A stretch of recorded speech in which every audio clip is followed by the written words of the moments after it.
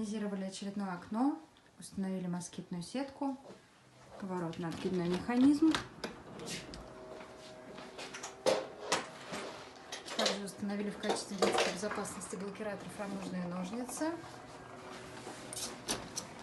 Он не позволяет открываться окну полностью.